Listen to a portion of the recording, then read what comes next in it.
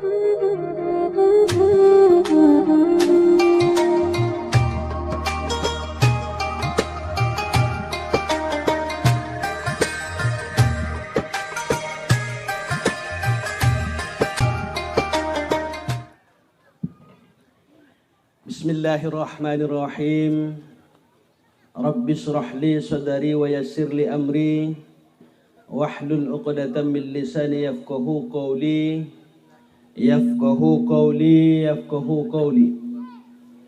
Assalamualaikum warahmatullahi wabarakatuh. Ila hadratin Nabil Mustafa Muhammadur Rasulillah sallallahu alaihi wasallam wa ala alihi wa ashabihi rasulillahi ajma'in, thumma ila arwahi jami'il ahlil kubur minal muslimina wal muslimat wal mu'minina wal mu'minat, thumma khususan lil ulama Aceh Singkil, almarhum Syekh Batu Gorong, al-mukarram Abu Mahabbah, dan seluruh pemimpin-pemimpin dan ulama kami se-Aceh Singkil. Al-Fatihah. A'udzubillahi minasyaitonir rajim. Bismillahirrahmanirrahim. Alhamdulillahi rabbil alamin. Arrahmanir rahim. Maliki yaumiddin. Iyyaka na'budu wa iyyaka nasta'in. Ihdinas siratal mustaqim. Siratal ladzina an'amta 'alaihim ghairil maghdubi 'alaihim waladdallin. Amin. Alhamdulillah. Alhamdulillahi wahdah. Sadaqa wa'dah wa nasara 'abdah wa a'azza jundahu wa hazama al-ahzaba wahdah. La ilaha illallah wallahu akbar walillahil hamd. Amma ba'du. Yang terhormat seluruh ulama, para al-ustadz, orang tua kami yang berhadir di tempat ini, kemudian yang kita hormati dan yang kita muliakan, seluruh ulama kita, baik yang sudah mendahului kita maupun yang masih ada sampai sekarang. Mudah-mudahan mereka tetap dalam keadaan iman dan Islam. Allah berikan keteguhan iman, Allah berikan kepada mereka petunjuk agar mereka tidak bosan-bosan membimbing kita masyarakat untuk selalu mau seperti apa yang disampaikan Pak PJ Bupati tadi, mau mendekatkan diri kepada Allah Subhanahu wa taala. Kemudian yang terhormat Bapak PJ Bupati Aceh Singkil beserta Ibu, kemudian Bapak Dandim 0109 beserta jajarannya, kemudian dari unsur bapak-bapak kepolisian, umumnya kaum muslimin dan muslimat yang tidak bisa saya sebutkan satu persatu. Bersyukur kita kepada Allah Subhanahu wa taala bahwa pada malam hari ini kita masih dapat dengan izinnya berkumpul di halaman masjid yang kita cintai ini untuk melaksanakan peringatan mau Isra wal Mi'raj Nabi kita besar Muhammad sallallahu alaihi wasallam. Berbicara soal syukur, kalimat syukur yang paling tinggi dalam Islam adalah alhamdulillahirabbil alamin. Namun di masyarakat kita secara umum, kalimat alhamdulillahirabbil alamin akan gamblang diucapkan ketika kita terkadang mendapatkan rezeki yang agak lumayan. Misalnya seorang bapak yang kerjanya jualan ke pasar Singkil, kebetulan hari ini untungnya agak banyak, agak enak dia mengucapkan alhamdulillahirabbil alamin. Pokoknya segala hal-hal yang sifatnya keuntungan, barulah terkadang umat ini enak mengucapkan alhamdulillahirabbil alamin. Padahal Bapak dan Ibu, kalimat alhamdulillahirabbil alamin janganlah kita pandang dari luar diri kita, tapi lebih diutamakan dari dalam diri kita. Kenapa kita diajarkan dalam Islam kalau bangun tidur berdoa? Alhamdulillahillazi ba'dama amatana wa ilaihin nusur. Artinya apa? Ketika kita bangun tidur, kita lihat kita masih sehat, masih bisa duduk, pendengaran masih oke, penglihatan masih mantap. Disitulah keluar kalimat yang dalam dari alhamdulillahirabbil alamin. Jadi kepada kita semua hadirin yang dirahmati Allah, untuk merubah kembali mengucapkan alhamdulillahirabbil alamin, lebih kita lihat ke dalam diri. Nikmat-nikmat yang Allah berikan di dalam diri kita itulah membuat kita lebih sering mengucapkan alhamdulillahirabbil alamin. Bapak Ibu sekalian yang dirahmati Allah, apa ko ibu-ibu semangat kita kuanya? Entah ada nanti tidur sini enggak? Tadi udah disampaikan Pak PJ, baru staf teng singkil itu adalah tetangga. Nah, jadi kalau Ustadz carito di siko, ibu carito di sinun, lebih bagus baranti gitu. Nggak ada pandangan. Jadi Ustadz lihat dari siko, Ustadz bapidato, ibu bapidato. Bapak kira-kira ibu semangat gitu?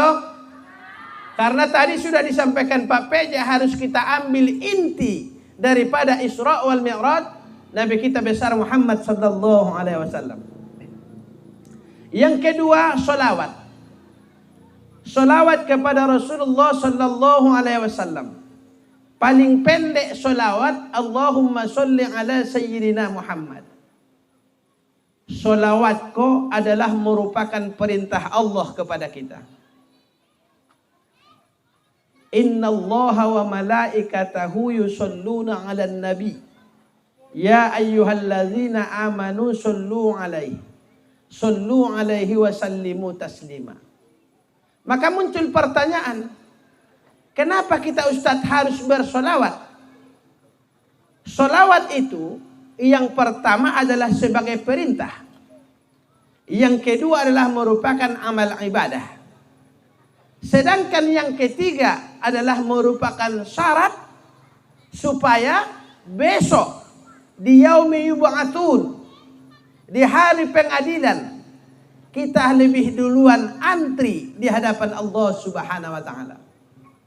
Oleh karena itu Bapak dan Ibu, solawat harus kita jadikan wirid di dalam diri kita. Minimal 100 kali dalam sehari semalam. Kenapa harus begitu Ustaz? Karena solawat ini besok adalah kartu. Kartu di padang mahsyar, di yaumul hisab. Solawat ini Bapak Ibu kartu. Kartu untuk apa Ustaz? Untuk lebih duluan diproses. Jadi besok Bapak Ibu di akhirat akan kumpul seluruh umat manusia, mulai dari zaman Nabi Adam sampai zaman manusia terakhir.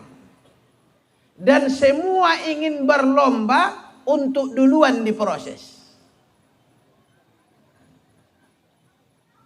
Nah, kalau kita ingin kita duluan diproses, maka waktu kita masih hidup harus banyak-banyak membaca sholawat kepada Rasulullah sallallahu alaihi wasallam. Apa Bapak mau munaannya bersolawat kok? Sambil membawa motor pun bisa bersolawat. Ibu-ibu sambil mengayun anak bisa juga bersolawat. Sambil memasak bisa bersolawat. Sambil menghadapi komputer bisa bersolawat. Solawat mana Ustaz? Terserah solawatnya yang mana. Karena solawat itu banyak. Mau memakai solawat Badar macam tadi, bagus. Mau memakai solawat Jibril, bagus. Sallallahu ala Muhammad. Sallallahu alaihi wasallam. Sallallahu ala Muhammad.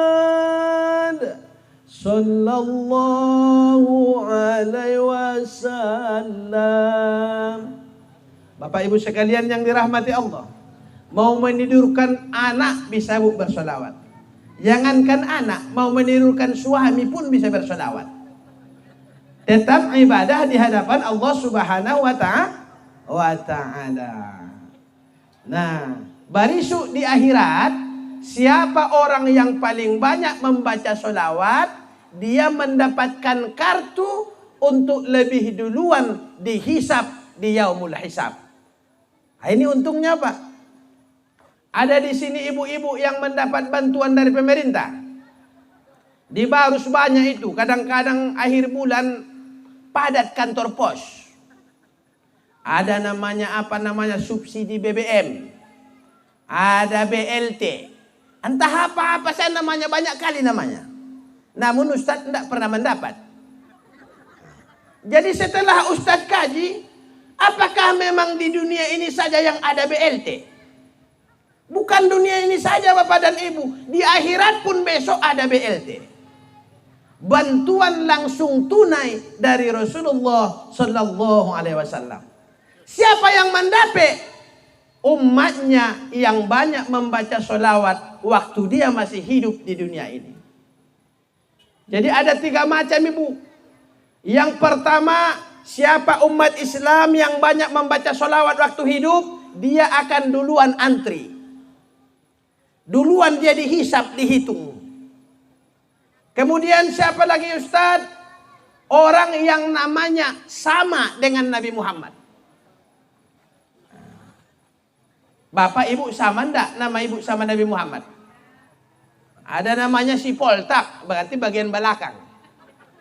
Jadi kalau macam Ustaz besok duluan, karena sama nama kami Muhammad. Muhammad Sodikin Lubis. Duluan besok.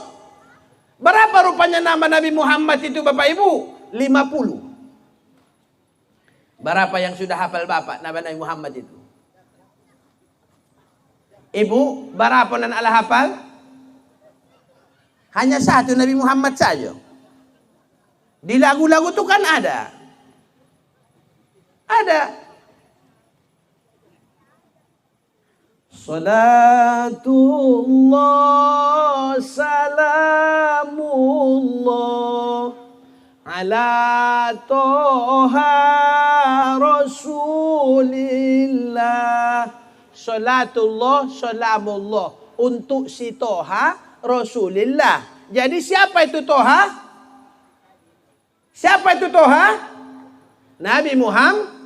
Nabi Muhammad. Besok lahir cucu ibu Muhammad Toha. Jelas. Salatullah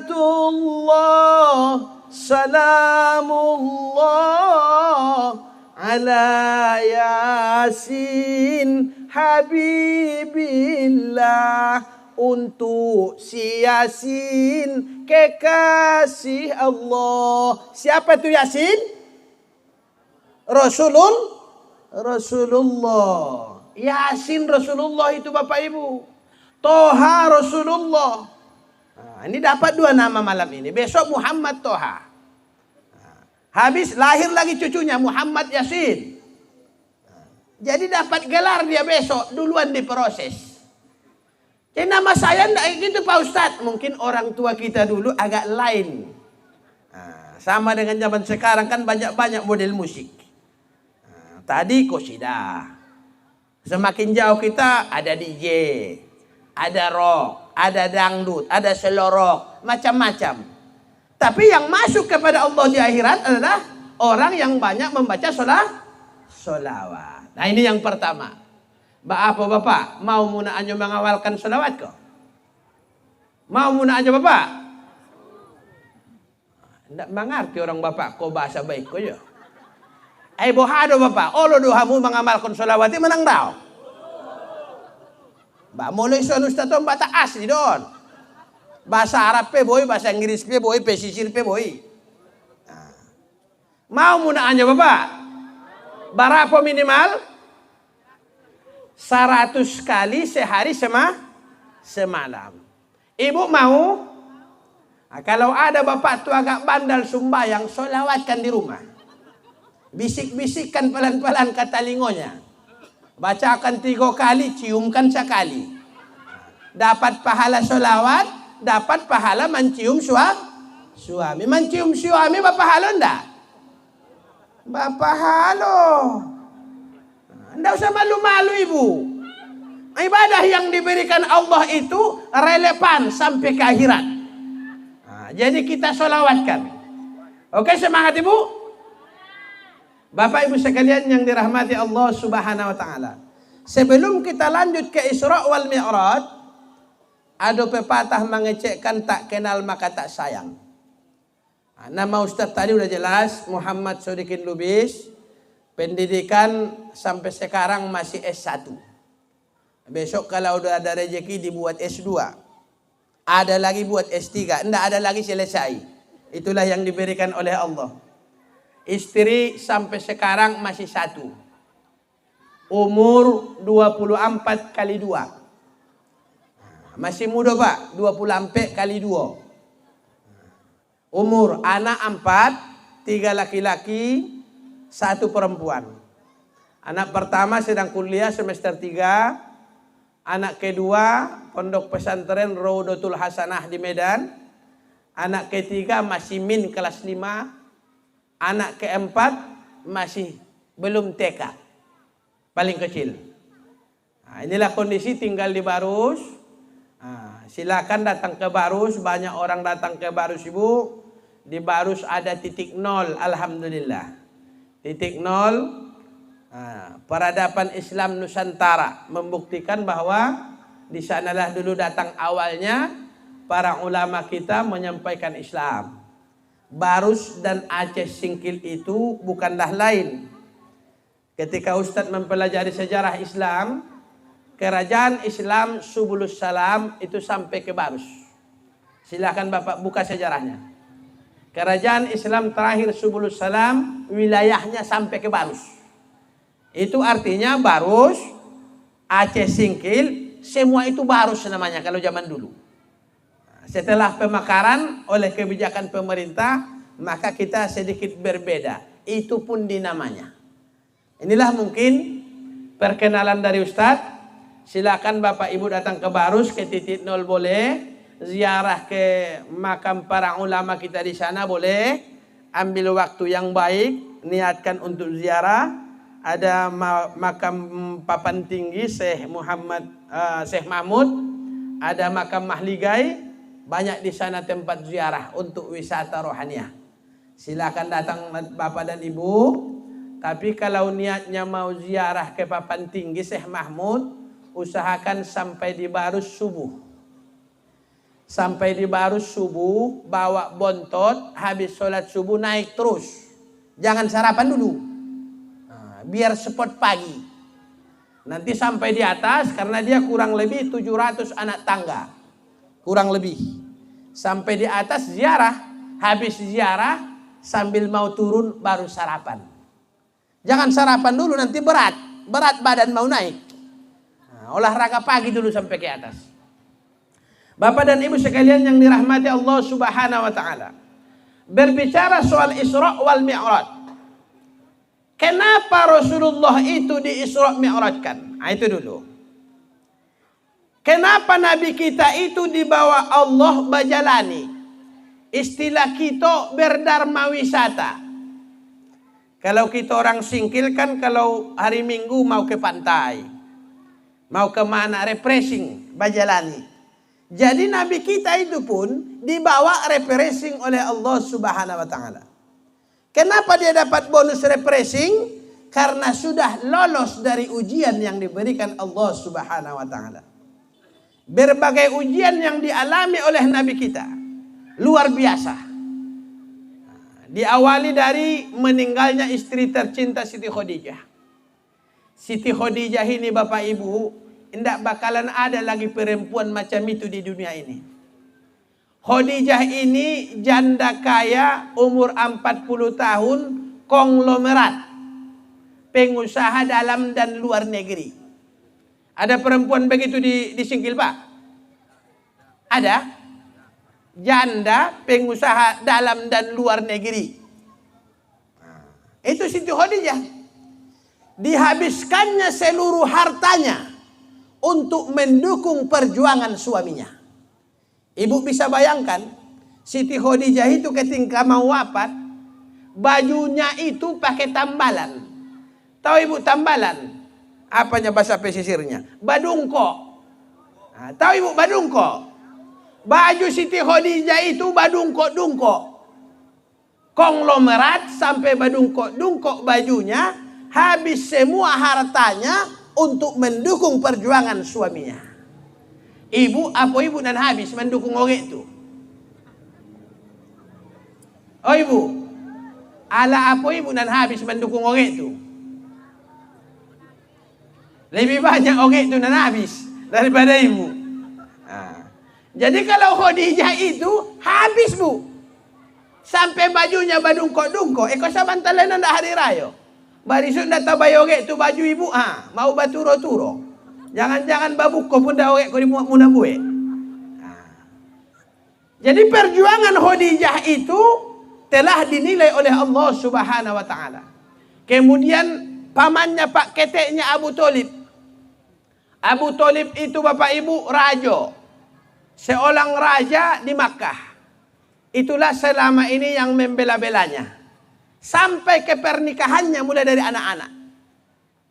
Kemudian juga kembali kepada Allah Subhanahu wa taala. Setelah putus asa, Nabi kita mencoba menjalankan dakwah ke negeri Taif. Sampai di negeri Taif dilempar bu pakai batu. Pakai batu, pakai tulang unta, segala macam dilempar. Sampai berdarah-darah kaki Nabi kita besar Muhammad sallallahu alaihi wasallam. Ala ada ustaz di siko ceramah berdarah-darah disingkil kok. Ambo rasa balunado. Jadi kalau balunado Bapak Ustaz, biasa-biasa sajalah sama dengan Ustaz. Kita belum apa-apa. Rasulullah itu berdarah-darah. Ini kadang-kadang kami Ustaz ini kalau datang mesti disambut. Mesti dijemput. Pakai tolang al-badarung alaina. Macam-macam habis kepeng itu menyambut Ustaz tuh. Padahal perjuangan dia 1/4% pun tidak ada mendekati perjuangan Rasulullah sallallahu alaihi wasallam. Jadi kalau berbicara soal dakwah, jangan main-main. Tidak bisa mengambil contoh dari manusia biasa. Harus dari Rasulullah sallallahu alaihi wasallam. Sehingga malaikat Jibril waktu itu datang, "Hei Muhammad, kalau sampai darahmu menetes ke tanah, akan saya balikkan kota Taif rata dengan tanah." Kata malaikat Jibril nan berang. Apa kata Rasulullah? Jangan. Karena mereka tidak tahu. Datang Rasulullah, dilap kakinya, darah itu biar tidak menetes ke tanah. Kemudian Rasulullah berlindung di belakang bukit, di belakang gunung. Datang Malakul Jibal. Setiap gunung ini Bapak Ibu ada penjaganya dibuat Allah. Demikian juga gunung di Makkah sana. Datang Malakul Jibal, wahai Muhammad, pilih gunung yang mana? Biar aku cabut, aku timpakan kepada bangsa Taif. Biar mitop mampus mereka semua. Nah itu kata malaikat Jibal, sengkin berangnya Bapak. Tapi apa kata Rasulullah? Jangan. Bahkan Rasulullah mendoa, ya Allah, berikanlah petunjuk kepada keturunan-keturunan masyarakat Taif. Jadikanlah dari tulang sulbi mereka menjadi hamba-hambamu yang bertakwa ya Allah. Kata Rasulullah. Akhirnya hari ini, bagi ibu bapak yang sudah umroh, bajalani ke Taif, Taif itu sekarang semua sudah Islam. Tidak ada pembalasan dari Rasulullah. Nah ketika ujian ini semua sudah selesai dilalui Rasulullah, maka Allah memerintahkan malaikat Jibril untuk menjemput kekasihnya. Ahasiban nasu ayyutraku ayyakulu amanna fahum la yuftanun, kata Allah. Apakah kamu mengira muna pakecekan saja muna beriman kepada Allah? Fahum la yuftanun. Padahal kamu belum pernah diuji. Jadi tidak bisa Bapak Ibu kita kecekkan saja iman kita kuat. Padahal ujian yang sesungguhnya belum pernah Allah berikan kepada kita. Jelas di dalam Al-Quran itu. Oleh karena itu kepada seluruh pemuda kami, kepada seluruh panitia, terlebih khusus Pak Ustadz Dr. Saminan sebagai panitia dari mewakili Pak PJ Bupati untuk tetap semangat. Jangan bosan Pak. Mau maulid, mau Isra Mi'raj, mau Ramadan, mau safari Ramadan, apapun yang berkaitan dengan dakwah Islam lanjut terus selama diiakan Bapak PJ Bupati kita tentunya. Intinya ke situ. Tadi udah disampaikan Pak PJ Bupati. Apapun kegiatan yang mendorong untuk perbaikan umat, Pak PJ Bupati siap mendukung. Mendukung dalam arti berarti bukan kalimat saja ini. Kalau kurang kasnya Pak Ustadz di kantor, langsung ke rumah Pak PJ. Bisa juga itu. Tentu sesuai keadaan. Berapa yang bisa diberikan ikhlas. Demikian juga kita umat Islam. Para pengusaha di Singkil harus mendukung. Program yang disampaikan Pak PJ Bupati harus kita sikapi dengan baik. Tidak boleh masuk SD kalau tidak bisa membaca Al-Quran. Itu paten itu Pak. Paten itu Pak. Di satu sekolah, Ustadz pernah diundang ceramah. Sekolah man. Bapak bayangkan tamat man tidak pandai baca Quran. Siapa yang malu? Gurunya semua berarti tidak jelas. Masa ditamatkan, diluluskan tamat man tidak bisa baca Quran? Memalukan itu. Nah, jadi kita semua sebagai guru, hati-hati dalam hal ini. Kita dukung program itu. Bapak Ibu sekalian yang dirahmati Allah Subhanahu wa Ta'ala. Maka masuk kita kepada Isra wal Mi'raj. Ketika Nabi kita besar Muhammad sallallahu alaihi wasallam sebelum diberangkatkan dari rumahnya, dia dibelah dulu oleh malaikat Jibril. Dioperasi. Pakai dokter khusus, Profesor Dr. Jibril dan Mikail. Nah, dioperasi nih Pak. Untuk apa? Menghilangkan sifat-sifat yang tidak benar di dalam hatinya. Itu yang kedua. Karena yang pertama, waktu Nabi kita masih anak-anak. Yang kedua, sebelum Mi'raj. Maka dibelah, dibersihkan, sehingga hilang dari sana penyakit hasad, dengki, sombong, merasa dia paling paten, dia paling kaya, dia paling cantik. Dia semua hilang. Semua dari Rasulullah SAW. Apa rahasianya Pak Ustaz? Tidak boleh bertemu dengan Allah kalau nang kotor. Paham kita Bapak Ibu? Kalau nang tak basuh sama Allah, tidak boleh nang kotor. Maka bersihkan dulu di dalam. Itu yang disampaikan Pak PJ tadi. Kenapa aplikasi sholat itu tidak ada dalam kehidupan sehari-hari? Belum tentu sholatnya benar. Kenapa sholatnya tidak benar? Jangan-jangan istinjaknya tidak benar. Kalau istinjaknya tidak benar, jangan-jangan wudhunya tidak benar. Kalau ini sudah tidak benar, tidak mungkin sholatnya benar. Kalau sholatnya tidak benar, tidak mungkin dia bisa bertemu dengan Allah Subhanahu wa Ta'ala.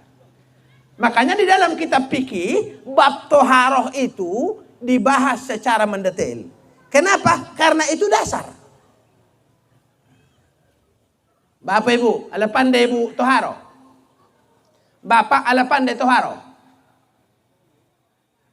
Maaf Bapak Ibu, ini ambil hikmahnya Isra Mi'raj ini. Jauh mana Ustaz dari Barus. Saya litak-litaknya ada 2 kali Isra Mi'raj. Tadi di jalan Pak PJ, diundang lagi kami ke dekat bandara. Ada situ Isra Mi'raj. Ke sana kita Ustaz, ke sana menghadiri. Makanya agak terlambat kemari. Nah kini harus diambil intinya. Ala pandai munaannya Bapak. Istinja. Halo Bapak. Halo.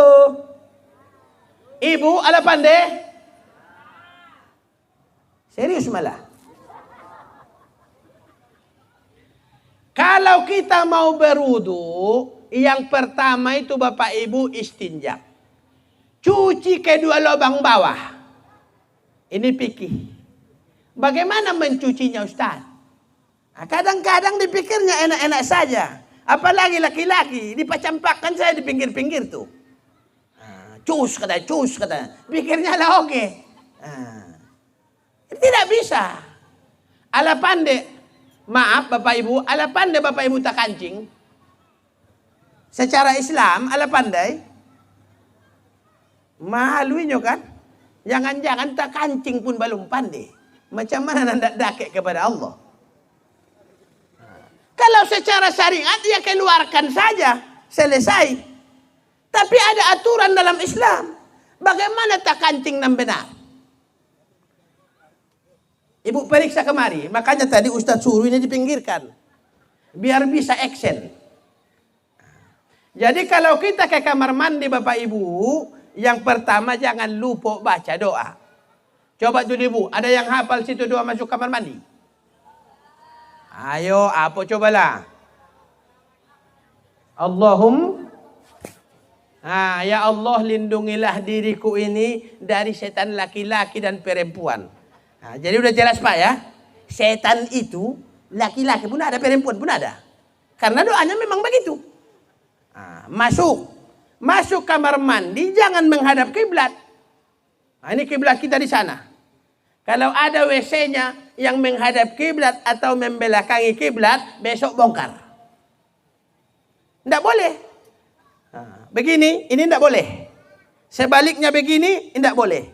Membelakangi dan menghadap kiblat tidak boleh. Bongkar itu WC. Nah, sampai di kamar mandi Bapak Ibu, kita duduk. Duduknya, kebetulan Ustaz pakai celana pontong. Lihat kemari. Duduknya kalau mau tak kancing, begini. Nampak Ibu? Ini cara duduk tak kancing. Ini ada manfaatnya. Bagi Bapak Ibu yang umurnya 50 tahun ke atas, kalau enggak begini tak kancing, nanti berdiri dia, nandak keluar tulai. Keluar pula sakit lai katanya. Ulangi jongkok, siram lagi. Keluar sakit lai katanya. Bocor halus. Tahu Ibu bocor halus? Kenapa dia bocor halus? Indah tahu dia tak kancing dalam Islam. Kedatangan Ustadz malam ini harus tahu tak kancing. Periksa kemari Bu. Alah. Setelah begini kita tak kancing, apa lagi Ustadz? Digoyang. Masuk musik DJ. Cara menggoyangnya tukar. Ini kita tak kancing, tukar gini. Paham Ibu? Nanti praktek di rumah. Supaya benar-benar semua keluar. Ini agak 3 kali. Paham Bapak Ibu? Paham? Nggak usah malu. Jangan-jangan belum pernah ini. Orang tua yang 50 ke atas itu sangat berbahaya. Jarang beres istinjaknya sehingga dia berwudu sholat saja. Sementara keadaannya sudah bocor halus. Kalau wudunya tidak sah, maka sholatnya tidak diterima Allah Subhanahu wa ta'ala. Bapak Ibu yang dirahmati Allah. Ingat, ini awal dari Rasulullah dibelah. Setelah kita istinjak, kita berwudu. Cuci tangan, masukkan air ke hidung. Itu syariatnya. Torikohnya bagaimana? Hati ini Bapak Ibu harus bunyi. Mengecek di dalam. Kita buat tangan kita cuci, kita sapukan ke muka. Ya Allah, ampunilah ya Allah dosa mata amboko ya Allah. Dosa hidung amboko ya Allah. Dosa mulut amboko ya Allah. Makanya disunatkan 3 kali. Jadi sambil kita usap muka kita, begitu di dalam hati kita. Masuk tangan, ya Allah, ampunilah ya Allah dosa-dosa tanganku ini ya Allah. Kadang-kadang tanganku ini menandatangani yang tidak benar. Kadang-kadang tanganku ini ya Allah dipacitnya bini orang. Kadang-kadang tanganku ini ya Allah banyak mengerjakan hal-hal yang kurang baik. Itu sambil berwudu. Habis itu sebagian kepala, menyapu sebagian kepala. Serancaknya itu disapu sampai ke belakang. tetap di dalam hati, ya Allah. Ampunilah pikiranku yang tidak benar ini, ya Allah. Kadang-kadang tetanggaku membeli TV, sakit kepalaku, ya Allah. Tolong dulu, ya Allah, netralkan pikiranku ini, ya Allah. Itu sambil mengusap kepala. Telinga juga begitu. Ya Allah, lindungilah ya Allah pendengaranku ini, ya Allah. Berikanlah saya pendengaran yang baik-baik, ya Allah. Jangan mendengarkan yang tidak benar, ya Allah. Masuk ke kaki, cuci kaki sampai mata kaki. Jadi memang dalam syariatnya Bapak Ibu disuruh sampai mata kaki. Cuman Ustadz sarankan minimal sampai lutut. Kenapa Ustadz sampai lutut? Kadang-kadang percikan air kencing sampai ke bati. Maka kita harus cuci dari minimal lutut. Supaya kalau ada percikan air apa yang tidak benar itu sampai ke betis, bisa dibersihkan. Terus cuci kaki itu 3 kali, ya Allah. Ampunilah dosa-dosa kakiku ini, ya Allah. Lindungilah kakiku ini, ya Allah. Acok mana nih kakiku ini melangkah menonton keyboard, ya Allah. Kadang-kadang membeli paket seketer, ya Allah. Ampunilah kakiku ini, ya Allah. Begitu. Selesai itu baru panjatkan doa Bapak Ibu. Asyhadu an la ilaha illallah wahdahu la syarikalah wa asyhadu anna Muhammadan abduhu wa rasuluh. Barulah cocok praktek istinjak dan wudu itu cocok kepada doa.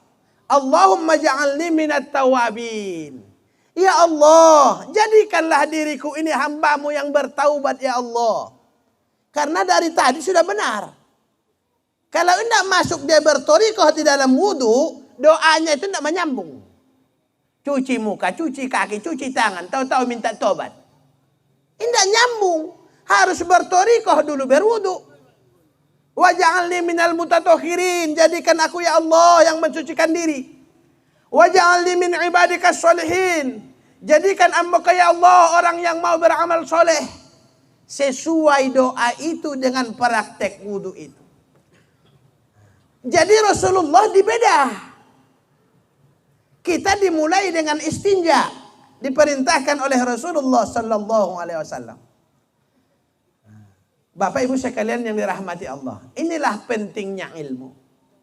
Makanya Allah sampaikan, yarfa'illahu allazina amanu minkum wallazina utul ilma darajat. Allah angkat derajat orang-orang yang beriman dan berilmu di antara kamu.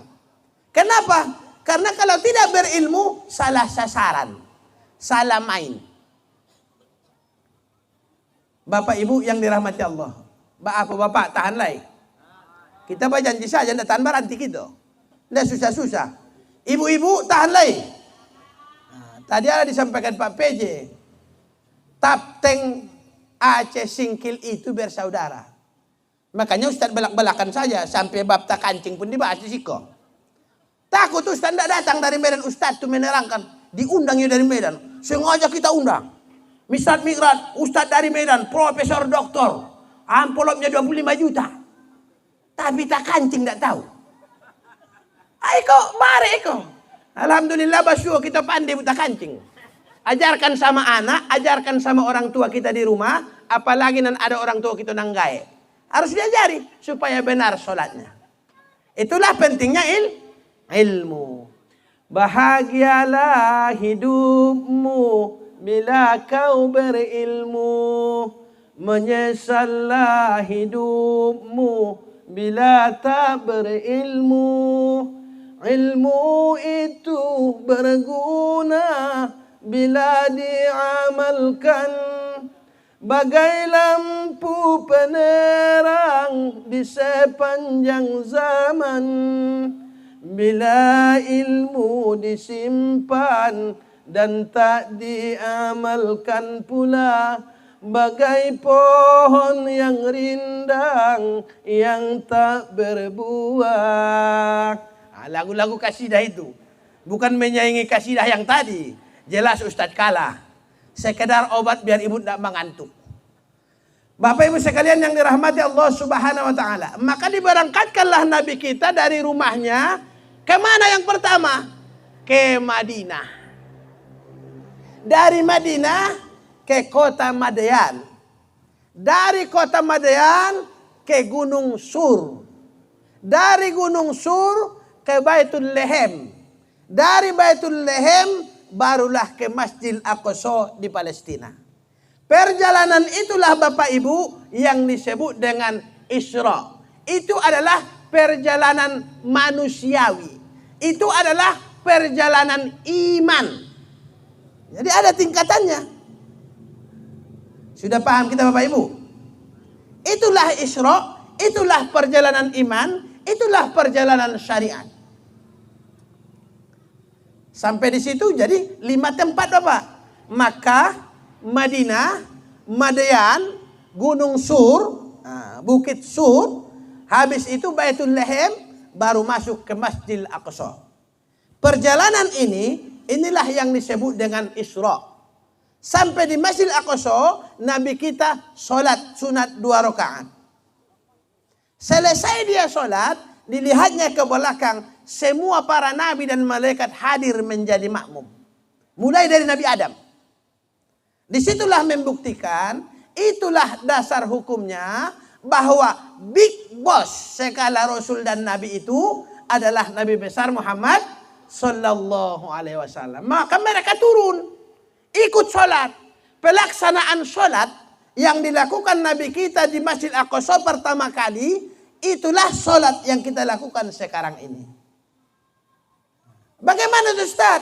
Pelaksanaan sholat kita ini adalah gabungan gerakan seluruh malaikat ketika berzikrullah kepada Allah. Maka ada malaikat itu ibu yang sujud saja sampai mati. Adonan tagak saja. Adonan ruku saja. Adonan duduk antara 2 sujud saja. Disempurnakan Rasulullah kepada kita umatnya seperti sholat yang kita laksanakan sekarang ini. Bapak Ibu sekalian yang dirahmati Allah Subhanahu wa taala, habis sholat maka oleh malaikat Jibril dibawa naik. Itu namanya Mi'raj. Naik. Ini perjalanan apa ini? Sesuai dengan firman Allah itu. Subhanallazi asra bi'abadihi. Maha suci Allah yang telah memperjalankan hambanya. Jadi Nabi kita itu Bapak Ibu diperjalankan.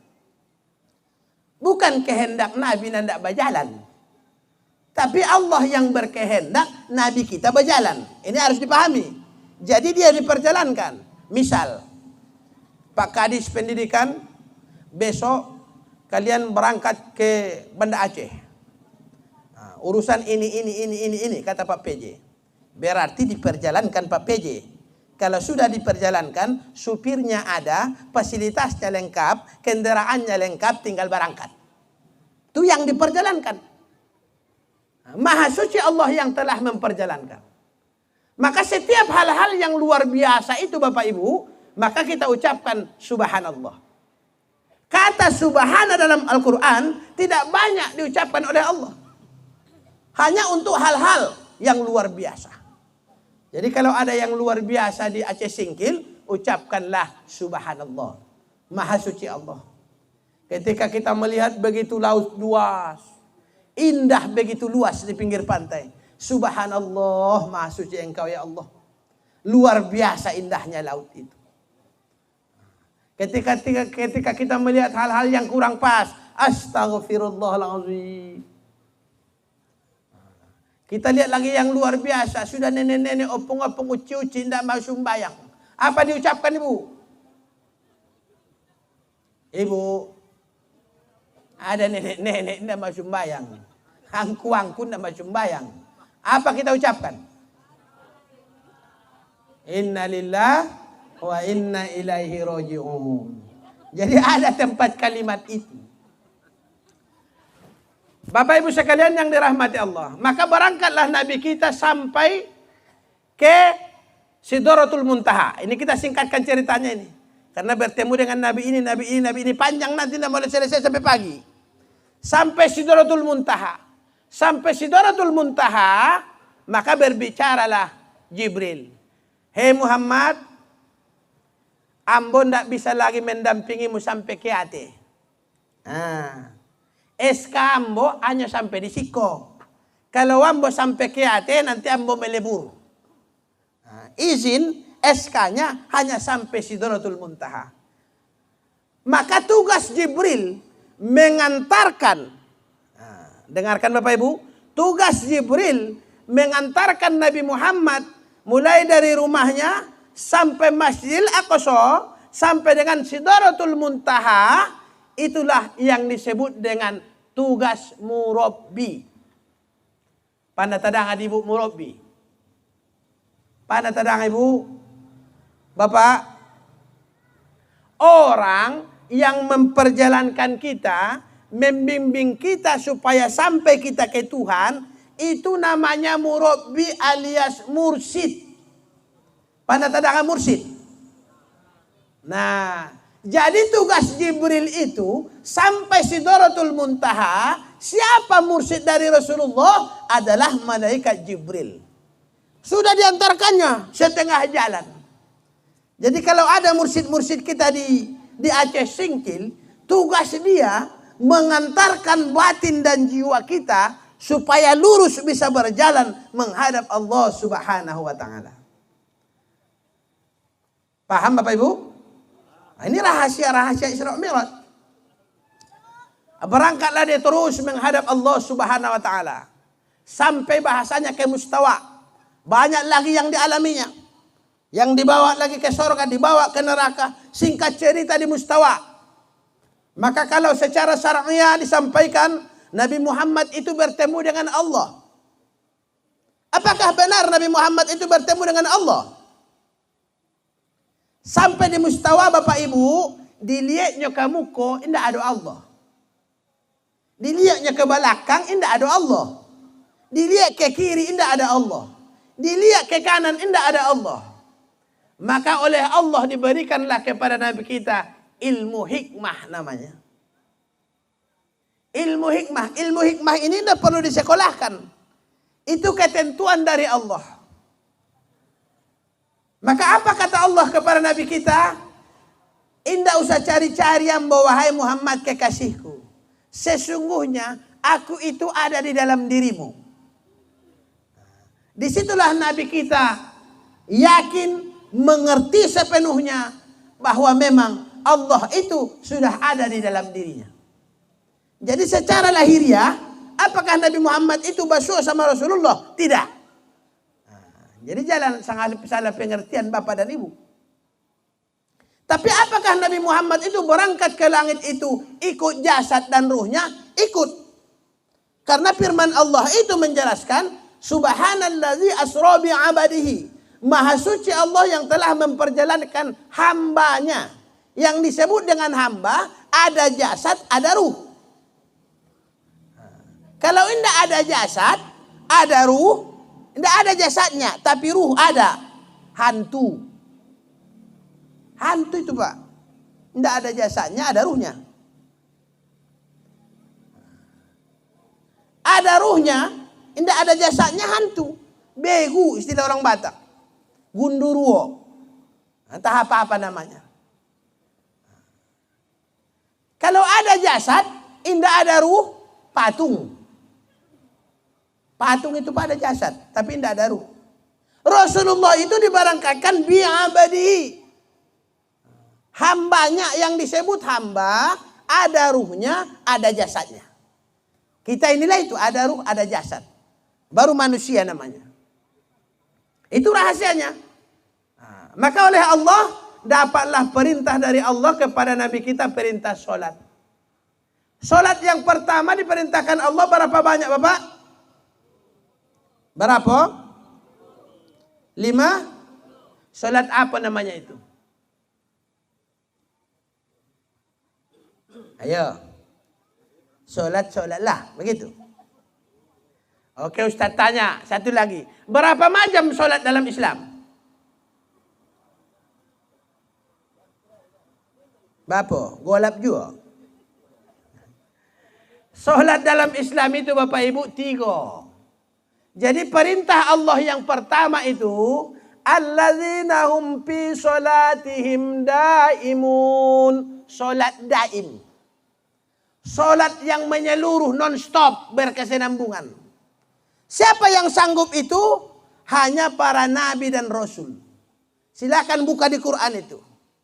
Beruntunglah orang-orang yang sholat daim, kata Allah. Apa itu sholat daim? Terus menerus. Apanya yang sholat terus menerus? Batinnya. Silakan baca sejarah Rasulullah. Maka Rasulullah itu tidak pernah hatinya luput dari Allah. Tidur pun dia, jasadnya yang tidur, kalau hatinya tetap mengingat Allah Subhanahu wa ta'ala. Itu namanya sholat daim, Bapak Ibu. Sholat yang kedua apa namanya? Sholat wusta. Diterangkan dalam Al-Quran. Hafizu ala sholawati wa sholatil wusta wa kumu lillahi qanitin. Peliharalah sholatmu dan sholat wustamu, kata Allah. Ada enggak di Quran itu? Ada. Sholat yang kedua sholat wusta. Baru sholat yang ketiga adalah sholat yang kita lakukan 5 waktu sehari semalam. Jadi ketika datang perintah sholat daim tidak sanggup, Nabi bermohon kepada Allah, maka diberikanlah macam sholat kita ini. Setelah diterimanya turun dia, ketemu dengan Nabi Musa. Wahai lai Musa, ambalah pulang dari Yate. Apa yang bawa? Kata Nabi Musa, sholat 50 waktu. Wah, pai-pai minta ke Yate lai. Tidak tahu umatmu itu. Umatmu itu ketek-ketek. Ala ketek-ketek, bijal-bijal. Pai minta ke Tuhan biar dikurangi, kata Nabi Musa. Barangkat lagi Nabi kita ke Yate bermohon. 50 itu berapa kali dia naik turun sehingga menjadi 5? Berapa kali, Bu? 9 kali Nabi kita naik turun. Baru turun dia, basuh lagi sama Nabi Musa. Ala ba apa lai Muhammad, kata Nabi Musa. Ala ba oke. Berapa lai? 5. Ala na talo tu ada paisa kali lai pinomat. Kata Nabi Musa, paisa kali pinomat nan terahil pai lama minta kepada Allah sekali lai. Ala maluwahan ambo Musa. Kata Nabi, acok bahan nama minta tu malu ambo katanya. Makanya ibu-ibu jangan acok-acok minta sama PJ. Malu juga itu. Jadi Nabi Muhammad pun udah 9 kali. Malunya. Jangan malu Muhammad, kata Nabi Musa. Walaupun 5 waktu, umatmu tidak sanggup melakukan itu. Umatku gadang-gadang dadanya 7 hasta. Sehasta berapa Bapak? Kira-kira iko. Sehasta. Dada umat Nabi Musa, gadangnya Bapak, dadanya 7 hasta. Hampir sepentas kok. Dadanya saja. Masjid kita kok untuk kamar mandinya pun tidak muat. Nah, itu kadang-kadangnya umat Nabi Musa. Dikecekan Nabi Musa, pailah minta balik wahai Muhammad. Indah bakalan sanggup itu umatmu. Akan banyak barisuk umatmu yang tidak mau sembayang. Tidak tahu ambo lagi wahai Musa. Alala itu. Alalita. Malu ba nambo katanya. Tong ingatlah wahai Muhammad. Bahwa di akhir zaman umatmu akan banyak tidak sanggup melakukan itu, kata Nabi Musa. Nah, jadi kalau banyak umat Islam tidak mau sembahyang di singkil Bapak, itulah sejarahnya itu. Nah, ada dinasihatkan Nabi Musa kian. Nah, tapi karena malu banainya, lanjutlah nan limoko. Pulang lainnya. Singkat cerita, subuh sampailah dia ke rumahnya balik di Makkah. Kembali ke rumahnya, diceritakanlah ini kepada masyarakat. Kenapa diceritakan? Karena disuruh Allah. Ketika diceritakan, banyak yang percaya, banyak yang tidak.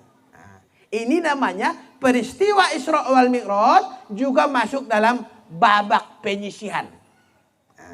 Istilah main bola Pak, babak penyisihan. Nam beriman kian banyak yang lari, kembali jadi kafir. Lagi lo ko Muhammad ko na iyo kuanyo. Masa dalam satu malam pahitnya pepe ke langit katanya. Indah logika karena waktunya itu Bapak macam Abu Jahal kan tidak percaya itu. Tidak percaya kenapa? Abu Jahal dulu di Makkah balun ada SMP. Nah, kalau di Aceh Singkil semua sudah percaya Isra Mi'raj. Karena SMP sudah belajar fisika. Pelajaran fisika sudah mempelajari kecepatan cahaya. Makanya ada sekarang rudal antar benua. Itu anak-anak kita pasti akan ditanya, udah belajar fisika kalau di SMP. Kecepatan cahaya 300.000 km per detik. Jadi bisa kita ukur kalau ada bandara di sini, berapa jam dari sini ke Makkah. Bisa kita ukur. Karena Rasul berangkat pakai barkun. Barkun artinya kilat. Kilat artinya cahaya. Itu secara syariat. Kalau secara hakikat, dengan apa Nabi kita berangkat? Dengan ilmu. Ilmu apa namanya? Ilmu ma'rifat. Bagaimana ma'rifatullah? Harus belajar kepada orang yang punya kemampuan. Jadi kalau ada dulu Pak sejarah di Singkil ini, ada ulama di sini unda. Tahu-tahu ala di Makkah ini. 5 menit ala pulang lagi ke Singkil. Ada panah tadanga itu Bapak. Ulama Pak itu. Itu nama ilmunya ilmu makrifat. Jadi kalau secara tasawuf, keberangkatan Rasulullah itu memakai ilmu makrifat. Makanya zikir itu pun terbagi Bapak. Ada zikir syariat, ada zikir thariqah, ada zikir makrifat, ada zikir hakikat. Seperti itu. Jadi babak penyisihan. Sehingga Islam waktu itu bersih.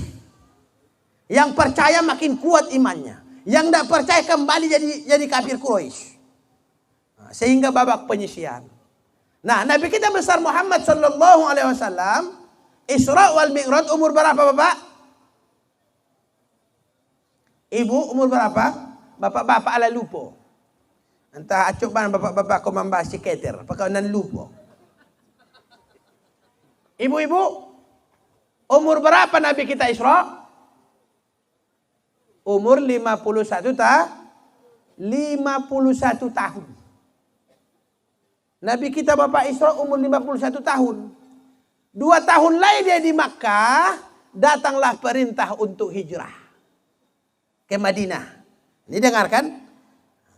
Datang perintah hijrah. Nah, dipanggilnya Sayyidina Ali. Wahai Ali, ambon anda hijrah sudah datang perintah dari Allah. Gantikan dulu tampe tidu ambo tu. Anglah di situ tidu.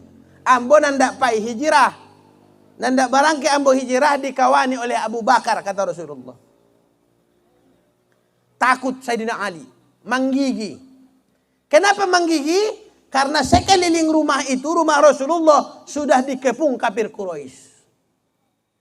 Datang Rasulullah dipanggil Sayyidina Ali, kasih kuang Ali katanya, datang. Duduk. Ikuti apa yang amba ucapkan kata Rasulullah. Maka diucapkan Rasulullah la ilaha illallah. Ikuti Ali, salurkan kalimat itu ke seluruh badanmu kata Rasulullah. Maka diikuti Sayyidina Ali lah ini Bapak Ibu sampai 3 kali. Setelah diikutinya, terasalah sama dia sudah mengalir la ilaha illallah ke seluruh tabunya. Nah ini Pak pembahasannya masih panjang, dan cukup ini ke malam kok. La itu terbagi berapa sifat Allah, ilaha terbagi berapa masih panjang itu. Intinya masuklah ke tulang sulbi Nabi Sayyidina Ali kalimat la ilaha illallah. Setelah masuk barulah Sayyidina Ali berani menggantikan Nabi kita tidur di tempat rumahnya, di tempat tidurnya. Itulah yang disebut dengan zikir apa namanya Pak? Pana Bapak Ibu mandang zikir Nabi Isbat. Nabi Isbat, pana tadanga? Itulah zikirnya Nabi Isbat. Jadi kadang-kadang orang melakukannya secara syariah. Jadi kalau ditanya, kepada siapa ilmu thariqah Nabi Isbat pertama diturunkan Rasulullah? Kepada Sayyidina Ali. Kadang-kadang kita habis sholat, la ilaha illallah, la ilaha illallah, la ilaha illallah, la ilaha illallah. Itu zikir Nabi Isbat namanya. Setelah mau Sayyidina Ali tidur di situ, berangkatlah Nabi kita keluar rumah. Itu rumahnya sudah dikelilingi kafir Quraisy. Maka Rasulullah ambil pasir. Diletakkan pasir ini di kepala-kepala kafir Quraisy itu. Sambil membaca doa. Ayatnya di surah Yasin. Ada yang tahu Ibu? وَجَعَلْنَا مِنْ بَيْنِ أَيْدِيهِمْ سَدًّا وَمِنْ خَلْفِهِمْ سَدًّا فَأَغْشَيْنَاهُمْ فَهُمْ لَا يُبْصِرُونَ. Itulah dibaca Nabi kita Bapak Ibu, diletakkan kasih di kepala-kepala kafir Quraisy itu. Maka berangkatlah mereka berjalan menuju Gua Sur. Di Gua Surlah mereka bersembunyi. Sampai di Gua Sur, menggigil Abu Bakar. Takut. Karena sudah mengejar kafir Quraisy. Takut. Dipanggil Rasulullah, mendaki ke Abu Bakar. La takhaf wa la tahzan innallaha ma'ana. Kata Rasulullah, tetap takut, padake. Ikuti ucapan Amboko di dalam hatimu yang paling dalam, kata Rasulullah. Apa ucapannya? Allah, Allah, Allah, Allah, Allah, Allah, Allah. Terus diucapkan oleh Abu Bakar. Itulah yang dipakai sekarang di sini. Itu namanya zikir ismuz zat. Makanya zikir an-nakasabandiyah, Thariqah an-nakasabandiyah itu induknya Sayyidina Abu Bakar. Apabila diperolehnya dari Rasulullah ketika di Gua Sur. Kapan? Ketika nandak hijriah. Nandak hijrah ke Madinah. Inilah rahasia Thariqah nafi isbat dengan Thariqah ismuz zat. Paham sampai di situ Bapak Ibu? Paham sampai di situ? Nah, karena Bapak PJ tadi menyampaikan harus inti-intinya diambil. Nah, jadi besok jangan ada yang bertanya, apa itu Thariqah itu? Dari mana dapatnya itu? Siapa mengajarkan itu? Karena sekarang Pak orang sudah menilai kita umat Islam ini macam-macam. Maaf kadang-kadang datang segerombolan dari jauh. Pakara baju bersama jenggotnya panjang-panjang. Wah ini Islam yang bagaimana pula modelnya ini? Luar biasa ini katanya. Dari angku-angku kami tidak pernah seperti itu katanya. Datang lain nanti satu pasukan pakar nambah cadar semua. Bingung pula dia melihat bercadar. Kalau nanti telanjang tidak bingung dia. Tapi kalau nambah cadar dipersoalkannya. Itulah umat Islam itu sekarang. Terbalik kan. Sama dengan Thariqah tadi. Ada orang berthariqah macam-macam keceknya. Padahal dia tidak paham. Dari mana sumber ini semua. Didapat oleh umat Rasulullah Sallallahu Alaihi Wasallam. Nah, pertemuan kita malam ini membuahkan hasil kepada kita sadonyo, sehingga kita paham apa sebenarnya pelaksanaan Mi'raj Nabi kita besar Muhammad Sallallahu Alaihi Wasallam. Maka perintah solat ini adalah pengganti dari Mi'rajnya Rasulullah. Jadi kalau solat kita belum benar, sampai kapanpun kita tidak akan bisa Mi'raj kepada Allah Subhanahu Wa Taala. Itu intinya. Bapak Ibu sekalian yang dirahmati Allah Subhanahu Wa Taala. Karena waktu sudah jam sabale. Masih tahan lagi Bu? Ibu tahan lagi. Anda menjawab lagi kan ada Lita. Anda pulang itu. Bapak-bapak. Nah, itulah inti daripada perjalanan Isra wal Mi'raj Nabi besar Muhammad sallallahu alaihi wasallam. Jadi kalau masalah bagaimana caranya Ustaz supaya lama sembahyang tuh harus belajar zikrullah. Itulah gunanya berthariqah. Itulah gunanya kita punya mursyid. Sedangkan Rasulullah mau bertemu Allah, mursyidnya adalah malaikat Jibril. Kita nandak bertemu Allah, mursyid Bapak ala ada balun. Nandak membimbing hati Bapak itu supaya lurus menghadap Allah, ala ada balun. Nah itu pertanyaannya. Ibu ala ada? Ala pana bayat? Bayat thariqah? Kalau ibu pun bayat thariqah, baru thariqah. Habis itu hakikat lagi, habis itu makrifat lagi. Nah, jangan puas dengan itu saja. Ustaz tahu di Singkil banyak tempat untuk belajar itu. Salah satu yang pernah Ustaz kunjungi tempat guru kita Syekh Abu Mahabbah. Nah, Ustaz sudah ke sana jalan-jalan ke pesantren sampai ke rumahnya. Nah, sudah jangan-jangan dia kadang orang Singkil ke situ pun tidak pandai dia. Jauh banan tong ke sawit-sawit tinun katanya. Nah, memang ke sawit-sawit tinun. Tapi dialah salah satu yang bisa membawa jiwa kita, membimbing jiwa kita supaya bisa menempuh jalan yang dituju oleh Rasulullah sallallahu alaihi wasallam. Apa menurut Bapak gelar SAG macam Ustadz mampu? 1000 wisuda UIN dari Medan per tahun. Belum tentu satu ada pun ahli thariqah. Percaya enggak Ibu? Ustadz dulu wisuda, Ustadz alumni wisu. Universitas Islam Sumatera Utara. University Islamic North Sumatera. Itu bahasa Barus. Sekali wisuda kami 1074 orang. Semua fakultas, 9 fakultas. Ada dokter, ada tukang bangunan, ada pertanian. Tapi apakah ada di sini yang menguasai ilmu bagaimana mendekatkan diri kepada Allah? Tanda tanya besar. Indah ada jaminan gelar. Indah ada jaminan perguruan tinggi. Indah ada jaminan gurumu, doktor, profesor, segala macam. S1, S2, S3, tambah beberapa S. Tidak laku itu kepada Allah. Yang laku, cari guru.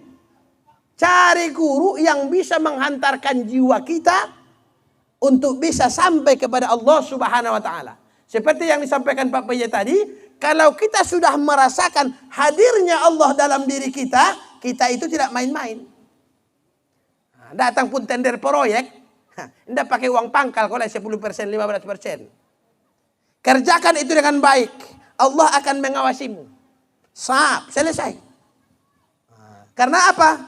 Allah selalu hadir dalam dirinya. Takut. Kalau itu tidak terasa, tidak akan pernah takut. Maka perubahan tidak akan terjadi. Itu satu contoh. Kadang-kadang pangkatnya baru ketek kepala lorong. Keplor pangkatnya. Dosanya tidak tanggung. Korupsi terus. Sama raskin berhamburan dibuatnya. Baru keplor. Belum PJ bupatinya. Coba dia lagi ke singkilko. Habis mungkin. Portunnya mau anam. Nah ini. Bapak Ibu sekalian yang dirahmati Allah Subhanahu wa Ta'ala. Oleh karena itu. Mumpung para ulama kita ada. Ustadz di Barus Ibu Bapak. Ustadz berbaiat kepada Abuya Syekh Amran Wali Al-Khalidi. Mudah-mudahan sehat-sehat dia, panjang umurnya. Jauh-jauh Ustadz dari Barus. Ustadz berangkat ke Labuan Haji. Berbaiat kepada Syekh Abuya Amran Wali Al-Khalidi. Ustadz muridnya. Ini baju MPTT. Majelis Pengkajian Tauhid Tasawuf Indonesia Asia Tenggara. Kemana Ustadz bawa ini? Mau ke profesor pun jadi. Banyak situ profesor yang masuk penjara. Kenapa? Indah ada Allah dalam dirinya. Kemarin rektor UIN masuk penjara. Betul enggak? Tadangan tadi Ibu. Rektor UIN Sumatera Utara masuk sel. Apa pangkatnya? Profesor. Tidak laku. Jadi keboborokan pemerintahan, keboborokan masyarakat bukan masalah tidak pintar. Tapi kenapa? Hilangnya rasa malu, hilang rasa malu, hilang akhlakul karimah. Tidak ada adab. Tidak ada rasa malunya kepada Allah. Makin banyak S1, S2, S3-nya, makin jahat. Bukan makin baik. Jadi kalau bisa mendekatkan diri kepada Allah, tambah S-nya Pak. S1, S2, S3 silakan. Kalau makin jahat, tidak usah tambah S, buang saja. Ini lama-lama Ustadz SAG ini, Ustadz buang lah ini. Takut Ustadz. Karena kalau Ustadz sepor, dirubah orang itu Pak. Tidak sarjana agama lagi, sarjana agak gila katanya. Baru gawat. Takut Ustaz. Bapak Ibu sekalian yang dirahmati Allah Subhanahu wa Ta'ala, tausiah kita malam ini menggugah hati kita masing-masing. Mumpung ulama kita masih ada. Ustaz tahu di Singkil ini beberapa tempat. Mau jauh ke sana Labuan Haji, mau di Singkil ini ada. Dekatkan dirimu, bagi waktumu, belajarlah dengan baik supaya bisa kita mendekatkan diri kepada Allah, supaya buah zikir itu keluar ke masyarakat, keluar ke anak kita, ke depan. 10-20 tahun ke depan. Ketika Pak PJ tidak ada lagi, kita sudah mati semua, maka tumbuhlah generasi kita yang mencintai Islam, yang mencintai Rasulnya ke depan. Inilah yang harus kita perjuangkan. Mudah-mudahan Allah meridhoi semua cita-cita dan tujuan kita. Khususnya tujuan pengajian kita di malam hari yang baik ini. Ihdinas siratal mustaqim. Wallahul muwaffiq ila aqwamit thoriq. Wassalam bil ma'af. Assalamualaikum warahmatullahi wabarakatuh.